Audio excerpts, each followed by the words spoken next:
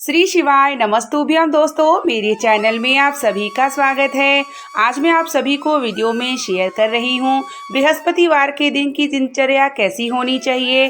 और अगर हम बृहस्पतिवार के दिन कुछ इस प्रकार से कार्य करते हैं तो हमारे घर में धन की कृपा समृद्धि बनी रहती है, क्योंकि नारायण का दिन होता है। तो पूरी वीडियो और ब्लॉग शेयर कर रही हूँ। पसंद आए तो इसे शेयर, लाइक और कमेंट में हर हर महादेव का नारा ज़रूर लगाया करिए, क्योंकि आपके लिए अगर हम कोई वीडियो शेयर करते हैं, आप उसे लाइक करेंगे, कमेंट करेंगे तो हमें और भी उत्साह मिलता है और भी अच्छी अच्छी जानकारियाँ लेकर के हम आपको शेयर करते रहेंगे। तो सबसे पहले हम आपको बता दें कि बृहस्पतिवार का जो दिन होता है वह हमें पीले रंग का वस्त्र देखिए ज़रूर धारण करना चाहिए। सुबह का समय है तो सबसे पहले मैं स्नान करने के बाद अपने रसोई घर में गैस को, चूल्हा को प्रणाम करती हूँ। और फिर मैंने अन्नपूर्णा माता की फ़ोटो लगाई हूँ, उन्हें प्रणाम करती हूँ कि हमारे रसोई घर का भंडार भरा रहे, जो भी आए वो भूखे पेट कभी न जाए। फिर सबसे पहले उसके बाद हम सूर्य भगवान को जल, तुलसी में जल, जितने भी वृक्ष में लगाई हुई हूँ सब में जल देती हूँ। बृहस्पतिवार के दिन अगर आप स्नान करते हैं तो एक चुटकी हल्दी डाल के स्नान करते हैं तो इससे बृहस्पति ग्रह मजबूत होता है। और जब आपका बृहस्पति ग्रह मजबूत होता है तो आपके घर में समृद्धि की कमी नहीं होती। दूसरा कि बृहस्पतिवार के दिन हमें पीले रंग का वस्त्र जरूर धारण करना चाहिए। साबुन तेल से बचना चाहिए।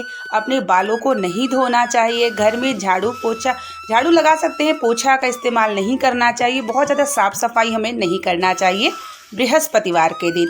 तो यहाँ मैं अपने गमलों में पानी डाल रही हूँ। साथ में कौवे आते हैं तो उनके लिए भी, गर्मी का समय है तो मैं उनके लिए भी पानी रखती हूँ, कुछ खाने के लिए रखती हूँ। और कौवा आता है तो उसे ग्रहण करके जाता है तो मुझे भी बहुत अच्छा लगता है, जिससे हमारे घर से अन्नदान भी हो जाता है।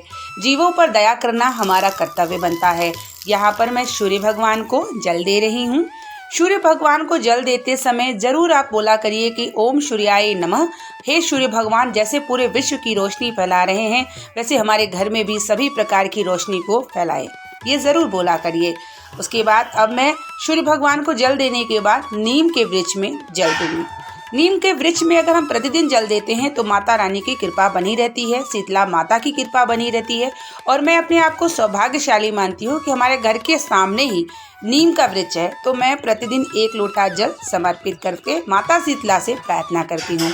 अगर आपको मेरा वीडियो पसंद आता है तो ज़रूर कमेंट बॉक्स में बताया करिए कि मेरा वीडियो आपको अच्छा लगता है या नहीं, जानकारी पसंद आती है या नहीं। जो भी मैं जानकारी शेयर लेती हूँ, करती हूँ, जो भी ग्रहण करती हूँ, मैं आप लोगों को शेयर करती रहती हूँ। अब मैं लड्डू गोपाल को जगा लूँगी। जगाने के बाद थोड़ा सा जल, उन्हें प्रणाम करती हूँ। उसके बाद ही मैं इन्हें दूध वगैरह देती हूँ। अभी दूध है नहीं तो मैंने मंगाया है, उन्हें गर्म करूँगी, उसके बाद मैं इन्हें दूध दूँगी। तो सुबह सबसे पहले हमें स्नान देखिए ज़रूर कर लेना चाहिए। हम गृहिणी का कर्तव्य बनता है कि स्नान करने के बाद रसोई घर को प्रणाम ज़रूर करिए।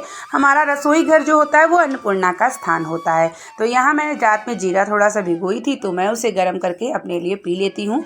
पूजा के बाद ही मैं कुछ ग्रहण करती हूँ, क्योंकि अभी सुबह का समय होता है तो सब अपने काम पे भी जाना होता है, हस्बैंड को जॉब पे जाना होता है तो उनके लिए भी मुझे लंच तैयार करना होता है। लंच तैयार करने के बाद मैं मंदिर चली जाती हूँ। मंदिर के आने के बाद यहाँ पर अपने घर के भगवान का श्रृंगार करती हूँ। देखिए, गृहस्थ जीवन में रहते हुए हमें अपने परिवार का भी ध्यान देते हुए हमें अपने भगवान का ध्यान देना चाहिए। ऐसा नहीं कि आपने भगवान लोगों को भूखा रखा और आप पहले ही भगवान की सेवा में लग गए, तो भगवान ऐसी सेवा को लेते भी नहीं हैं।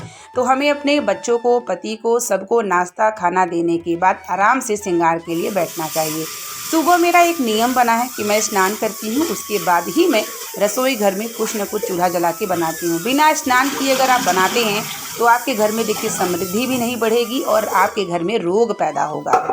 अगर हम चाहते हैं कि हमारे घर में सुख समृद्धि देखिए बनी रहे तो बृहस्पतिवार के दिन चने गुड़ का भोग केले के वृक्ष में अपने घर में ज़रूर लगाया करिए। साथ ही गौ माता अगर मिल जाए तो उन्हें भी चने गुड़ का भोग ज़रूर दिया करिए, जिससे चना गुड़ अगर आप भोग खिलाते हैं ना गौ माता को तो आपके घर में धन की कृपा बनी रहती है। तुलसी माता के शाम को 1 चुटकी हल्दी और केले के वृक्ष में भी 1 चुटकी हल्दी ज़रूर डालना चाहिए। बृहस्पति ग्रह जब मजबूत होता है हमारा तो हमारे घर में धन की कृपा ज़रूर होती है। तो यहाँ मैं दाल रख रही हूँ और आप लोगों को जानकारी भी धीरे धीरे वीडियो के माध्यम से शेयर कर रही हूँ। यहाँ पर मेरा गर्म पानी हो चुका था तो आराम से बैठ के पीऊँगी, लेकिन हम महिलाओं को तो इतने काम होते हैं कि आराम करने का भी वक्त नहीं मिलता। थोड़ी देर बैठी, फिर मुझे लगा कि कोई काम याद आ गया कि मुझे मंदिर जाने के लिए झोले तैयार करना है। तो मैंने सोचा मैं पहले झोले को तैयार कर लेती हूँ, उसके बाद फिर ये मैं जीरा पानी गर्म करके पीती हूँ, जिससे बहुत ही अच्छा रहता है। सुबह मैं गर्म पानी ही पीती हूँ, गर्म पानी से हमारा पाचन क्रिया सही रहता है। तो यहाँ पर मैंने सोचा कि सबसे पहले अपने रैक में से जो जो मुझे बृहस्पतिवार के दिन सामान इस्तेमाल करना है पूजा में, वो रख लेती हूँ। जैसे मैं चना गुड़, हल्दी, ये सब चीज़ें बृहस्पतिवार के दिन मैं लेके जाती हूँ मंदिर, केले के वृक्ष के नीचे पूजा करने के लिए। तो केले के वृक्ष की पूजा हर बृहस्पतिवार के दिन सभी को करना चाहिए। विधि विधान से केले के वृक्ष की पूजा करते हैं ना, तो नारायण माता लक्ष्मी की कृपा ज़रूर होती है। और उस दिन हमें जो है साबुन, तेल, पोछा लगाने से देखिए ज़रूर बचना चाहिए। नहाते समय एक चुटकी हल्दी का इस्तेमाल करना चाहिए।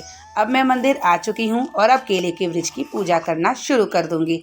सूर्य भगवान की रोशनी बहुत तेज थी और भगवान सूर्य का दर्शन भी हो गया।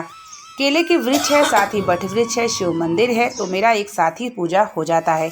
यहाँ मैं केले के वृक्ष में जल समर्पित कर रही हूँ। उसके बाद फूल, अक्षत, पीला चंदन, उसके बाद रोली, चने और किशमिश का भोग समर्पित करूँगी। गोल बाती का इस्तेमाल करूँगी। गाय के घी का दीपक जलाऊंगी। एक चुटकी हल्दी समर्पित करूँगी।